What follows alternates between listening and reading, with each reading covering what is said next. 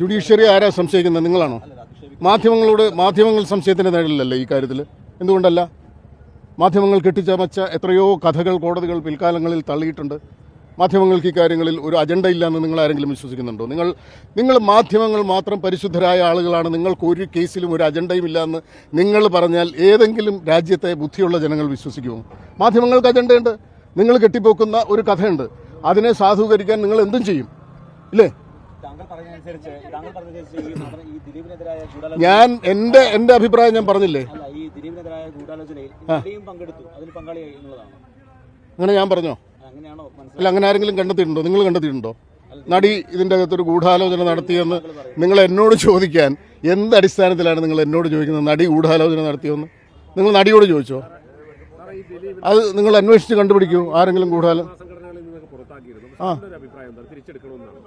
സ്വാഭാവികമായിട്ടും അയാൾ കുറ്റവിമുക്തനാണെങ്കിൽ അയാളെ തിരിച്ചെടുക്കാനുള്ള ബാധ്യത സംഘടനകൾക്ക് അവരവരുടെ നിയമാവലി പ്രകാരം ഉണ്ടെങ്കിൽ തിരിച്ചെടുക്കേണ്ടി വരും. നിങ്ങൾക്കിതിലൊരു വലിയ നിരാശയുണ്ടല്ലേ? അല്ല, നിങ്ങൾ ഒരാളെ വിധിക്കുകയും അത് കോടതി വിധിയാകാതെ ഇരിക്കുകയും ചെയ്താൽ നിങ്ങൾക്കതിൽ വലിയ നിരാശയുണ്ടാവും. അതെല്ലാവർക്കും ഉണ്ടാവണമെന്നില്ല. ഞാൻ ആദ്യം പറഞ്ഞെന്താണ്? കുറ്റവാളികൾ എനിക്ക് സംതൃപ്തി എന്ന് പറഞ്ഞാൽ എൻ്റെ വീട്ടുകാരിയൊന്നുമല്ലല്ലോ. ഇതൊരു പൊതുവായ കാര്യമാണ്. ഇതിൽ കോടതി ഒരു നിലപാടെടുത്തു.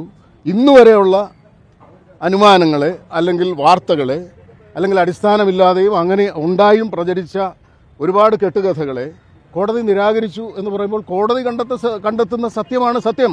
നമ്മുടെ സംവിധാനത്തിൽ, നീതിന്യായ സംവിധാനത്തിൽ, ജുഡീഷ്യറിയുടെ സംവിധാനത്തിൽ കോടതി കണ്ടെത്തുന്ന സത്യമാണ് സത്യം.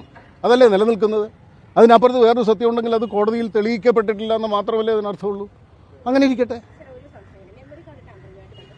മെമ്മറി കാർഡ് ടാമ്പറിങ്ങുമായിട്ട് ബന്ധപ്പെട്ട് കോടതി എന്താ പറഞ്ഞത്?